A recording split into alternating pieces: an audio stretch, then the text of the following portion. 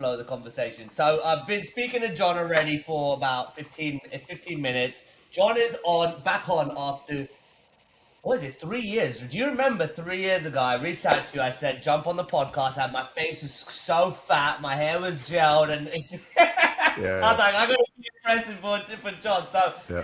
3 years ago, you've been on another time a year ago. This is the third appearance, so thank you, John. For those who don't know who you are, I followed this guy for 12 years. He's a guy who introduced me to sales. I'm very successful in sales right now as a result of a lot of people like John I follow. But John, give a quick run through. Who are you and what do you do and why do you do it?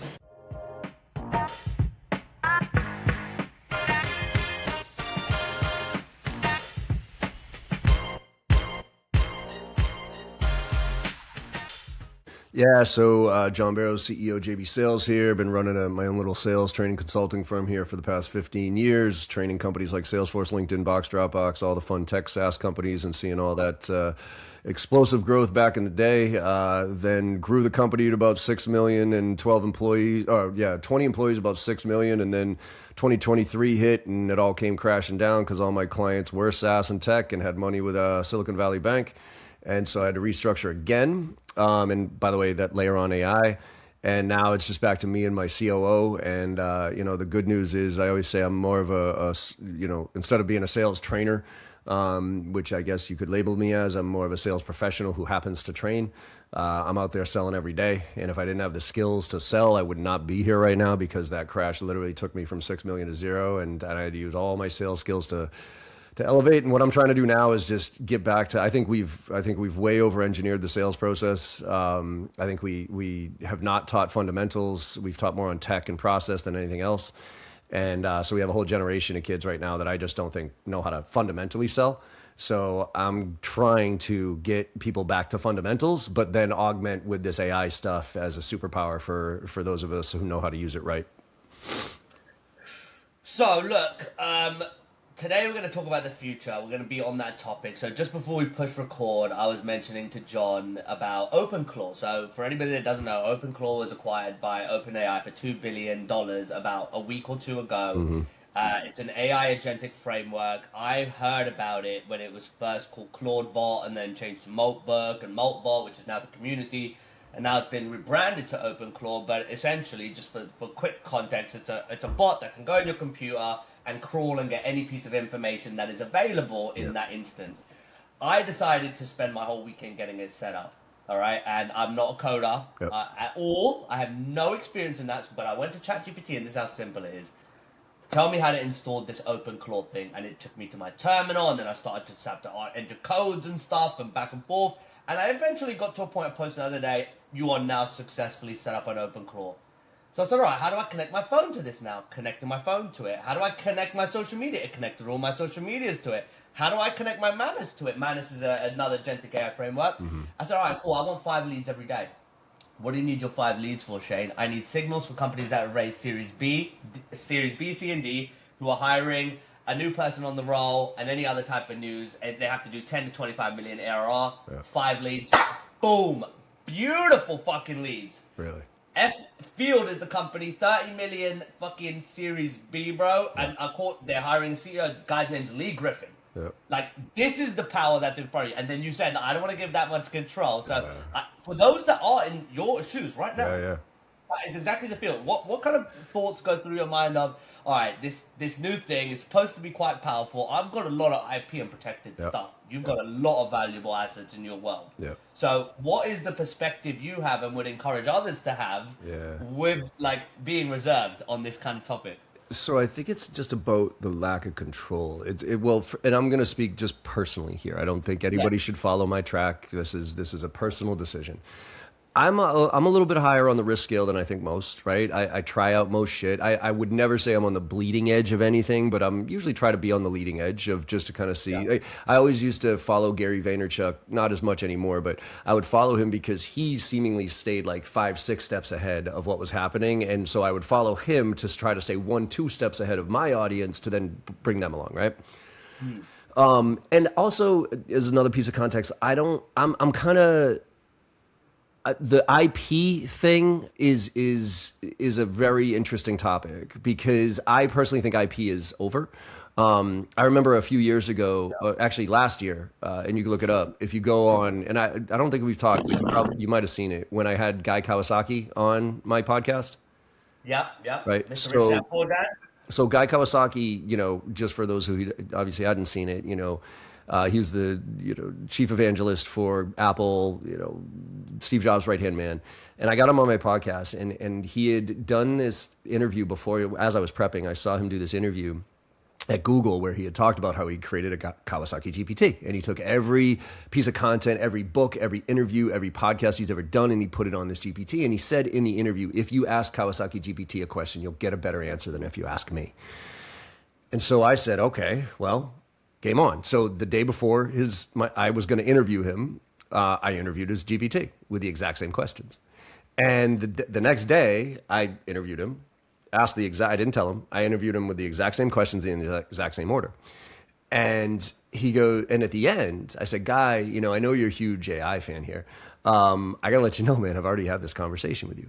And he goes, what? I go, yeah, you're GPT. I go, you're Kawasaki GPT. And he starts laughing. He goes, and I said, well, and I got to be honest with you, man, you're right. And he goes, what? I was like, your answers last night were better. And then he starts laughing, right? Because he had just come off of surfing to be on the podcast. And he's like, well, then why am I not out still surfing? I go, actually, Guy, that's the question I wanted to ask you. Is if I can get better answers from your GPT, what the fuck is the point of this conversation? And he said, well, and he started going to legacy. And I go, no. That's for you. That's for you. For somebody like me who is trying to learn something from you, what the fuck is the point of this conversation? And he didn't have a good answer for me. And when Guy Kawasaki, with his breadth of knowledge of technology and everything else, didn't have a good answer of what's the point of this? If I'm trying to learn something, now grabbing a beer, telling stories, all that stuff, that's human shit, right? But when it comes to the learning of something, when he didn't have a good answer, I knew I was screwed. As somebody who makes a living by transferring my knowledge to other people and my experience to other people, I knew I was screwed. Also, AI, especially here in the States, there is zero guardrails on this shit. It steals everything. It's already consumed the entire internet, whatever. So I've been putting content online for 20 years. You could literally go into ChatGPT right now and say, coach me like John Barrows, and it will. It will. I've done it. Right? Yeah. So there's this weird thing about control, right? That we have to come to grips with. And we've all evolved, and I will too. I mean, this is just where we are today. And again, we're talking here on February 24th, 2026 for reference here. I know we don't like to timestamp things, but I think it's important to timestamp this moment because we are about to give up all control to the computers. And I think that's my hesitation, is when I can literally tell it to do whatever the fuck I want it. Yep, go clean up my inbox, respond to these emails like this, go find me leads like that, and whatever it is. And really all I have to do is show up, Tim Ferriss 4-hour work week here. Like, this is 4-hour work week on steroids. Mm-hmm. There's a point where what is the point of the human? And I don't discount the Terminator factor here either. Mm-hmm. Dude, these bots, they created their own world. They created a full, they even have Pornhub. They have Pornhub. They created Pornhub for agents. They elected a king. They are actively having conversations in their own language. Like, to me, maybe it's just like because of my brand and how I protect it based on authenticity and those type of things. This is why, for instance, I've never, even though I've supported some of the cadence tools, the sales lofts, the outreaches, and that type of stuff in the world, I've never personally used them because because I've always preached authenticity, and something about getting an email from me that isn't personalized, unless it's a marketing email. Like if you get marketing emails, that's a different, and that's why I think our whole SDR BDR world is moving into is it's marketing, it's impression points, it's not sales, nor I could argue it never really has been sales, but it is a entry into sales. But I think all that front end stuff is more marketing. And if you look at it that way, then great. Let's automate this. Let's make it more personalized. Let's do all that stuff. Let's make it like Instagram. So when I log into my email account, like I only see stuff that is relevant to me, right? I actually think that's a good thing. You know what I mean? But when it comes to like the control factor, like I'm scared to death of because I don't know the security on any of it. You could tell me upside down and sideways that this stuff is secure, and I won't believe you, because I believe it'll lie to get around that security. Not the humans lie. I believe the technology will lie to get around the security component of this. And so giving it my bank account, giving it access, like here's an example. I use LastPass, right, for all my passwords. Mm-hmm. If you break into my house, my LastPass is on. It's not. It doesn't ask me to put in a password each time for all my websites. You could log into my computer and take all my shit, right?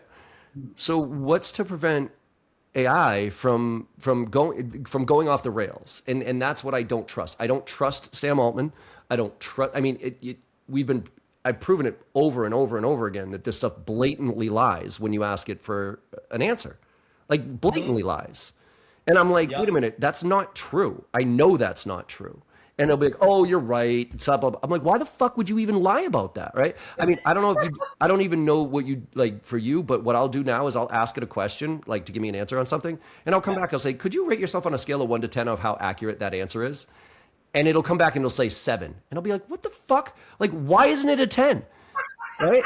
And I'll be like, go source check that so that your answer is a 10 out of 10. As far as accuracy is concerned, right? Yeah. So that's the fear, is that we are outsourcing our thinking to this thing. And that's why what I'm trying to do with when I create GPTs and those type of things, I'll give you a quick example of how I'm using it and how I personally think we should use it. Because when we've gone from a search engine to an answer engine, and that's a dangerous thing for the vast majority of our population.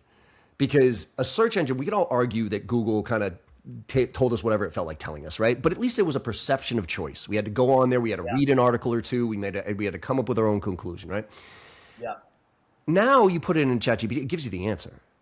And for those of us that are curious, it's actually a superpower. Like, tell me where you got that. Give me a different perspective on this. Source check this. Tell me more. Could you role play this scenario for me? Right? So if you use it that way, it's like, oh my God, like this is the best co-pilot I've ever had in my life, right?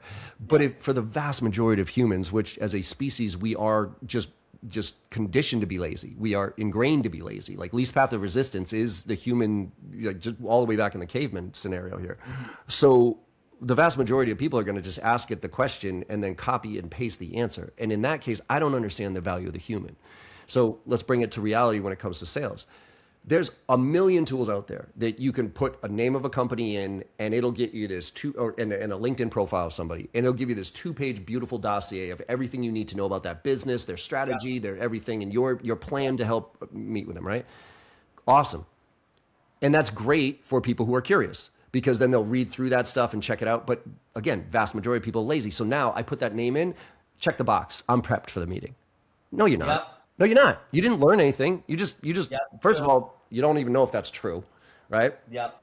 So what I've done is I've created individual custom GPTs for different components of the sales process. So for instance, meeting prep.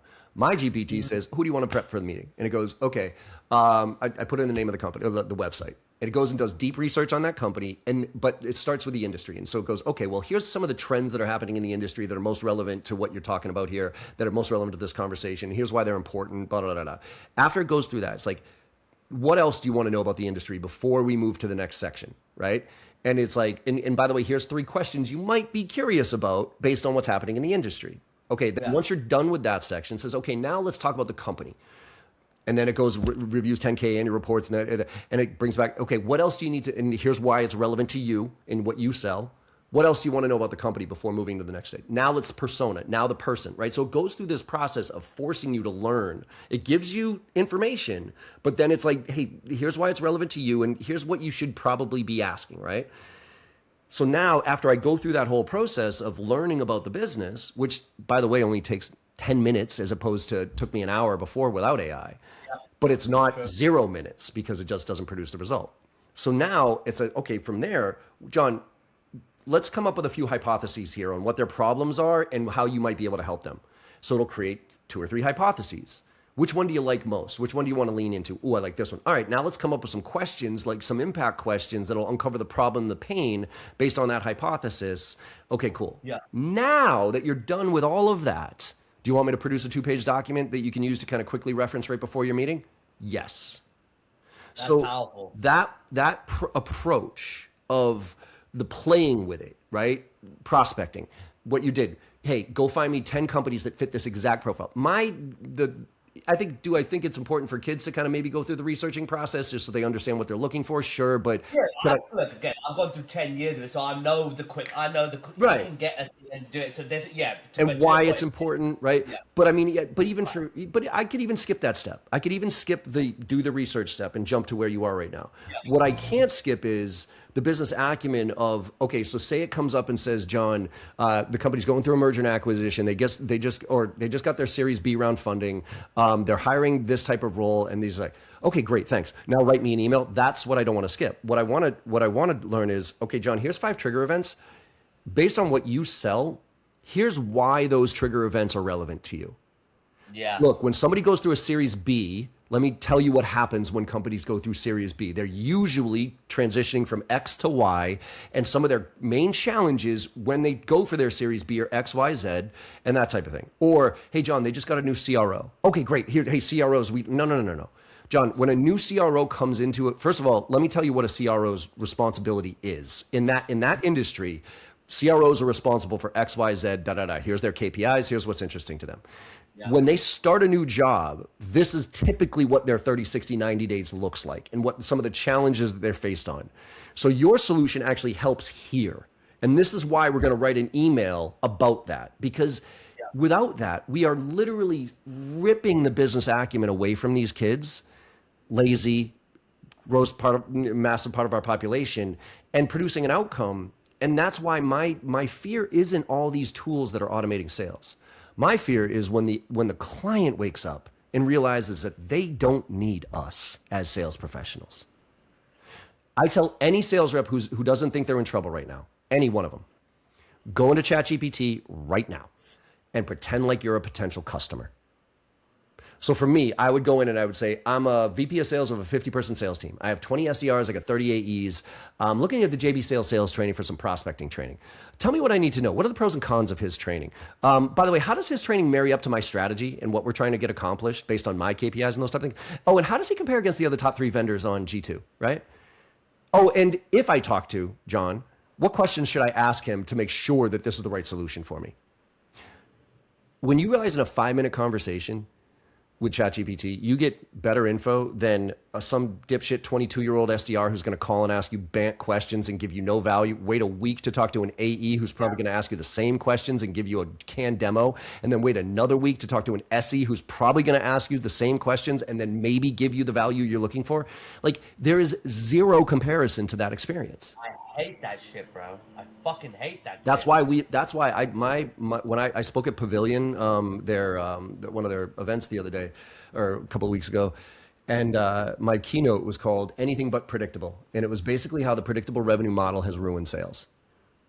The segmentation of roles ruined sales because it turned it into an assembly line and not a skill. It turned it into independent skills for very specific things. And the well-roundedness of the actual sales professionals has been ripped out of this. And so I think we need to get back to full cycle sales. We need to get back to business acumen. My position right now is I think we need to move to GTM generalist roles as the first 2 years out of school for any job that has to do with sales, marketing, or RevOps, because none of those positions actually get truly educated in college. So none. So we're all learning, and basically the SDR, I did my presentation at Pavilion was the SDR role is a joke, like as far as a business unit. SDR, like the whole idea was SDRs were going to cheap labor and then we'd build AEs, right? So we'd build them into, the average SDR doesn't stay at their company for 1.4 years. Company, not role, company. Less than 50% of SDRs even turn into AEs. The rest of them go into customer success, whatever it is. The average percent of quota SDRs is 62%. Like it's just every index is terrible, right? So as an independent unit, it's a nightmare. So why fool ourselves now thinking that this model is still the model from a SaaS standpoint, which SaaS is dying too because these tools can write code and software better than SaaS. Do anything you want to do, just say go build me. So our software. Again, it was a situation where we built an incredibly powerful software that I think is my software. I'm the CEO, Sure. so of course it's the best software in the world. Sure. But this weekend when I set up ClaudeBot, so OpenClaw, I said, go do this. Go give me the forecast report for RevIntel right now. Tell me what it's like, what's slipping. Mate, it was fucking flawless. And I sent it to the CTO and he was like, wow, this is good. Tell me how it did that. Send him the stuff. But the difference is, again, the security measure that you have where are you an enterprise company and you want a bunch of random, like, wild motherfucking bots running through your enterprise and extracting and pulling shit without any kind of guardrails? Or do you want a private AI instance that's regulated and controls your data and sits on it and protects it? And then these are those things. So that's why some of these companies, some of these businesses, they actually aren't aware of exactly how far it goes, how far it spans. And this is where AI is very interesting. Let me ask you this, right? So this is what it said to me to say to you. It said, today we're talking about the future, John. John says B2B sales is dead. It's all B2C now. He says 80% of reps are going to get smoked by AI because they're average. Yep. I agree. And he's proving it by changing his own business model, which we spoke about. Yep. If you want to be in the 20% who survive, this is the chance to listen up. And I'll just pepper this with one more thing. Mm-hmm. I'm selling to a company right now. They did 33 million last year. Mm-hmm. They're private equity backed. They did 52% net revenue. They got to do the same this year. And the guy's had 3 record breaking quarters, so like he's doing quite well. And I was talking to this guy that might be an advisor to the company, and I was talking to him about. I said I sent him these questions, and I'm trying to make sure I care. Like not getting just like no corny way, but I genuinely want to help the fucking company. And he's like, Shane, let me stop you right there for a second. Look at those questions. I said, all right. And I looked at him, I read him, and I was like, this is a bit overwhelming, isn't it? And he goes, yeah. And then he sent me, this is a smart motherfucking guy. He sends me a blog at night. He goes, Shane, I think this would be valuable for you to read. And he says, have you ever thought about the situation, basically, this is the essence of the blog. Have you ever thought about a situation where you got 2 salespeople? One is going in there with a checklist, just like you said, of band, and he needs to go through a first call, a second call, a third call, just to tick the boxes or a medic process to get to a sale. When sometimes, like, Shane, think about it as you are. You're like gung-ho always. Yep. I want to get to a call, and I'm ready to buy. Right. My money's ready, my card's ready, I'm ready to buy. So it's a situation where, Shane, do you want to just go to this guy and say, hey, look, how do you want to do this? How do you want to be, like, where are you in your sales process? Do you want me to take you through a fucking checklist? Right. Or do you want to just buy? Yeah. Right? And what do you need to buy? And it sometimes is as genuine as that human connection and knowing, like, get out of this kind of box and just be you. Yeah. And I don't think people know how, that was the biggest unlock for me, learning how to be me, just be me. And how old are you again? 39, I'll be 40 in a couple of months. So you're on that edge. Like, I just turned 50, right? You're on the edge of like not fully growing up with technology and not being forced into this world too early as far as you know COVID and those type of things, right? Because I think that's the problem, is the authenticity in this world of social and Zoom and everything else. That's why everything feels so transactional. That's why it's such a breath of fresh air when you talk to somebody, when you have a real conversation with somebody that is genuinely and authentic. And that's why I said our superpower is, I told this a long time ago with Morgan when he worked for me, it's the give a shit factor. I call it the give, like, period. Like, it's the one thing AI can't do. It can pretend to. It can pretend to care. Mine's super nice to me. Oh, John, you're right. You know, you're so smart, right? So, hey, JB, oh man, great idea here. It's like, shut up. I keep telling it, shut up. Stop kissing my ass, right? So it can pretend to make you feel good. It can pretend to care, but it can't genuinely care. And I think that's why I'll give you a couple of examples here. Like when my team used to come to me, like, we'd do our ICP top 25, right, based on the demographic criteria and all that fun stuff. But before I would allow them to go prospect into those companies, I would tell them, I need you to now go take this list of 25, and I need you to go and tell me why you personally want to work with that company. So each one of them, you have to come back and tell me why you personally want to work with that company. Because as a trainer, a lot of times, like, you're standing up there passionate, but you want to work with companies that you are passionate about working with, because then it makes it that much better, right? And I think that's across the board. So they would have to go find, like, was it the leadership? Was their values? Was it like, what's the connection there? Because once they made that connection, their messaging was so much more authentic. They didn't care about a sequence that they had to create. It was like, oh no, I'm telling a story here. Like, I'm really trying to, like, I am genuinely trying to get in touch because A, I think I can help them, and B, I want to work with them, right? So I think that factor is always going to come through. This is why, even in our writing, right, in our comments, in our posts, maybe it's me because of the lens that I have and how deep I am into this stuff, whatever. I could read the most like perfect post or email that doesn't even have M dashes or any of that stuff, but I can tell it's AI. And I don't know how. What I say is, it just doesn't have a soul. There's something about it that it just doesn't have a soul. And I think voice of words, if you look at it, right? Yeah. Well, it's just a feeling more than anything else. I'm like, And I'll tell you right now, my perspective on this is, if I know that it's AI, okay? If the post, if the article, if the video, if whatever, if it's AI and it's like, hey, this is AI, I'm actually genuinely interested in what it has to say, what the knowledge base is, what the content is. But if it's AI pretending to be human, and I catch a whiff of it, I discredit the entire thing. So I could be reading the most interesting article I've ever read, and then halfway down, if I see an M dash or whatever it is, I'm like, fuck this. I'm like, fuck you.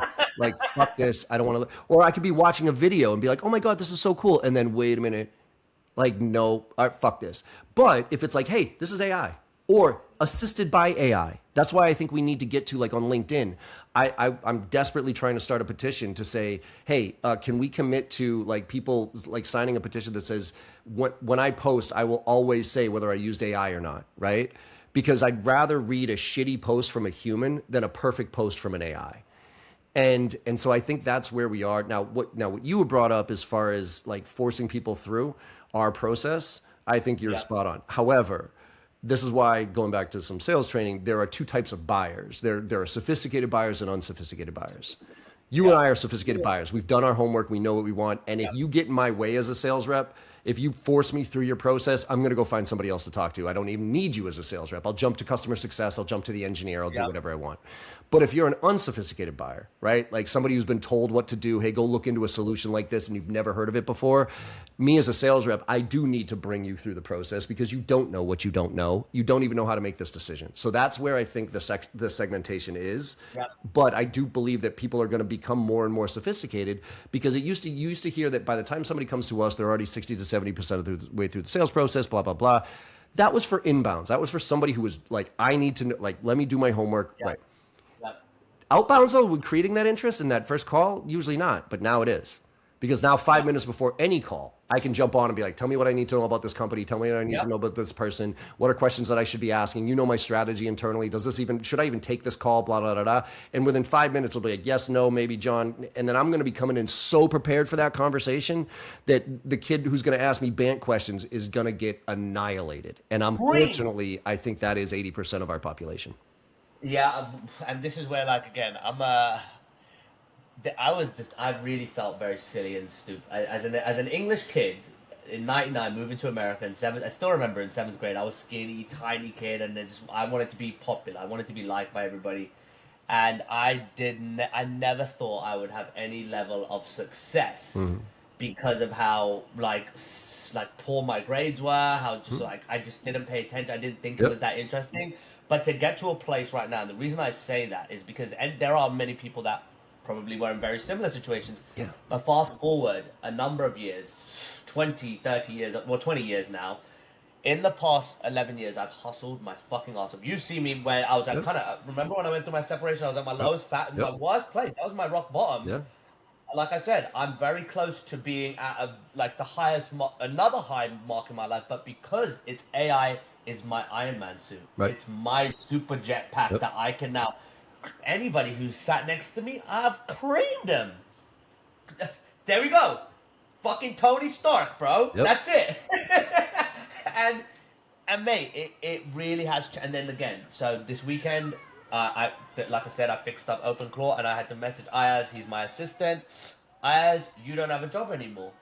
That was the conversation. Yep. I said, Ayaz, you do not have a job anymore in this area because OpenClaw can do it. He said, all right, cool. I said, he said, so what does that mean? I said, so now I can give you a fucking promotion. And now, let's go see what else you can do. Now you sit up here with me and Ed and the other team. What do you want to do? What do you want to make yourself good at? Yeah. And that's the conversation that a lot of people are not having. I'm very different. I'm in a startup. I have less people. I don't have thousands of people on the payroll. So you're not exactly a number here. You're a person, but that's the difference, right? People now are on to the T, and if you can use it right. Well, I think, and that's why I think every person should be using it to figure out how to replace themselves. And I say that because we're in a transition phase right here. You're not going to be fully replaced, but it's that 80%, it's that 80-20 rule. I do believe still that human needs to be the last mile, right? It needs to do the QC before the email goes out. It needs to look at the proposal before you hit send. It needs to look at the law stuff that it gets aggregated. So it's making sure that's right. So I do believe that their human needs to be that last mile. But I'll give you an example with my friend who was out of job for, over a year, by the way. And good kid, but not exactly the most motivated kid I've ever come across in my life. Love him to death. But he was talking about how he was, he's an accountant and he was looking for a job, right? And he's not a CPA, but he's an accountant, right? Internal. And I was like, all right. And I was like, when I realized he had been looking for so long, I knew why, quite frankly. And I said, Jeremy, can I talk to you? I go, where are you on AI? And he goes, oh, I've used it to, help update my resume. I'm like, dude. I go, I'm like, you are using it at literally the most basic level that there is to be used at. I go, what you need to do is you need to go figure out how to use it and say, how do I automate 80% of what I do? And then when you sit in an interview, you can say to the company, look, the reason you're going to hire me isn't because of the 80% of stuff that I know how to do. I've figured out how to actually automate that with AI. The reason you're going to hire me is the 30 years of experience that I have to know that last 20% matters. And so it's going to be able to automate. I'll show you how to do it. I'll work with your internal systems, whatever it is. But you're going to pay me top dollar, as a matter of fact, because that 30 years of experience is going to have context enough to be able to see when things are right and wrong and know what to question about what it produces. And so I think all of us need to look at it that way and say, the question I've asked for years now, even before AI, in my keynotes and stuff, is what can you do that a computer can't? And that question is getting harder and harder and harder to answer. But you need to proactively answer that question. And you need to proactively say in your job, in your career, in your next interview, 80% of what I do is completely automated. I can automate it with Claude I can do it a million times, and actually can do it way better. But the reason you're going to hire me is that 20%, the context, the insight, the curiosity, the business acumen that I have is that's why you're going to help. Now, that's for the senior reps out there, the 40, 50-year-olds, right? The junior reps need to use it to improve their business acumen, to learn that 20%, to figure out how and why those things are important. And not just look at it to the answer, but look at it to, like, again, let's go very tactical with trigger events based on stuff that you and I know well, right? Merger and acquisition. Great. Somebody went through a merger and acquisition. Here's my value proposition to a company that's a merger and acquisition. Have you ever been through a merger and acquisition? Do you know the stages of a merger and acquisition? Have you ever been in that role as somebody going through a merger? So you're going after a CRO of a Series B company round funding that just got acquired by a $2 billion organization. Do you have any fucking clue what that's like?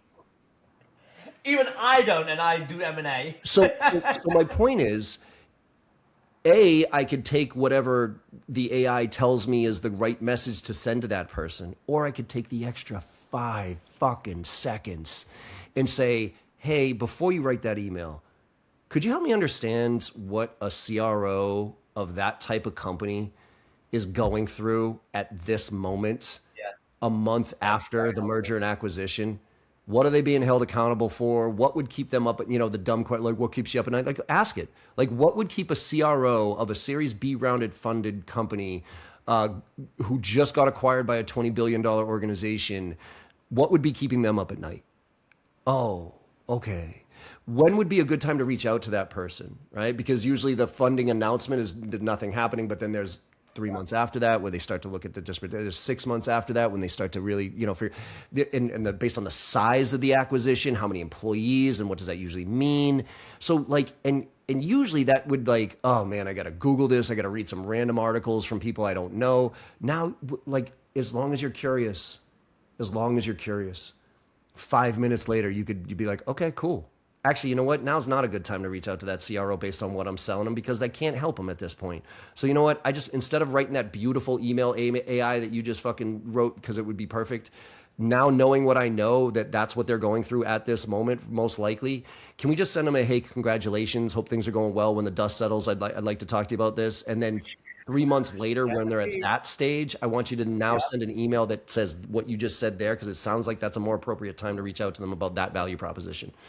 Like those type of things. If junior kids can use that, like brand new kids can use it that way, they will leapfrog people like who aren't using it at all or think that their intelligence is better than AI is out there right now. So there is hope.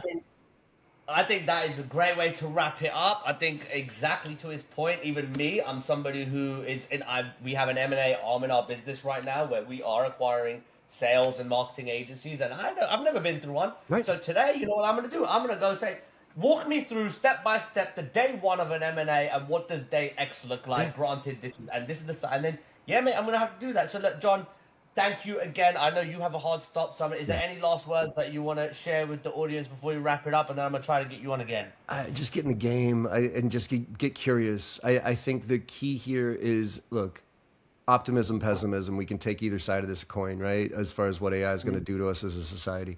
I am insanely optimistic for the 20%, and I'm going to be very generous here and say 20%. It's probably more like 10. I'm insanely excited and optimistic for the 20% of the population that are curious, that are interested and are willing to learn and put in the work to figure this shit out. I am unfortunately insanely pessimistic for the other 80% of our population who are lazy and just want to do the bare minimum, and whose jobs in most cases at this point are already irrelevant based on what you're seeing with Claudebot and those type of things. I think white collar workers are in a lot of trouble, and I think sales is on the top of the list as far as the danger is concerned. So you better be a hitter. You better be a heavy hitter. All that stuff that you pay agencies to do, like the data stuff, you should be able to do that and come to the table. Yo, I got this shit, and I'm gonna hit the number. That's it. Yeah. Boom. So John, I'm gonna let you go. Thanks, brother. Because I know, and I've got another one to jump on too. So I'm gonna push stop. That's it for now, guys. Thank you very much for taking the time to watch this episode and staying here the whole way through. If you like what you saw, click subscribe. It'll take you 2 seconds. It helps me reach amazing guests and deliver valuable content for you. And if you ever want to find out what we do as a business, go to www.gorevintel.com, and that is the place where we help you make decisions that are backed by intelligence, and it's for founder CEOs. That's it for me for now. I'll see you on the next episode. Bye.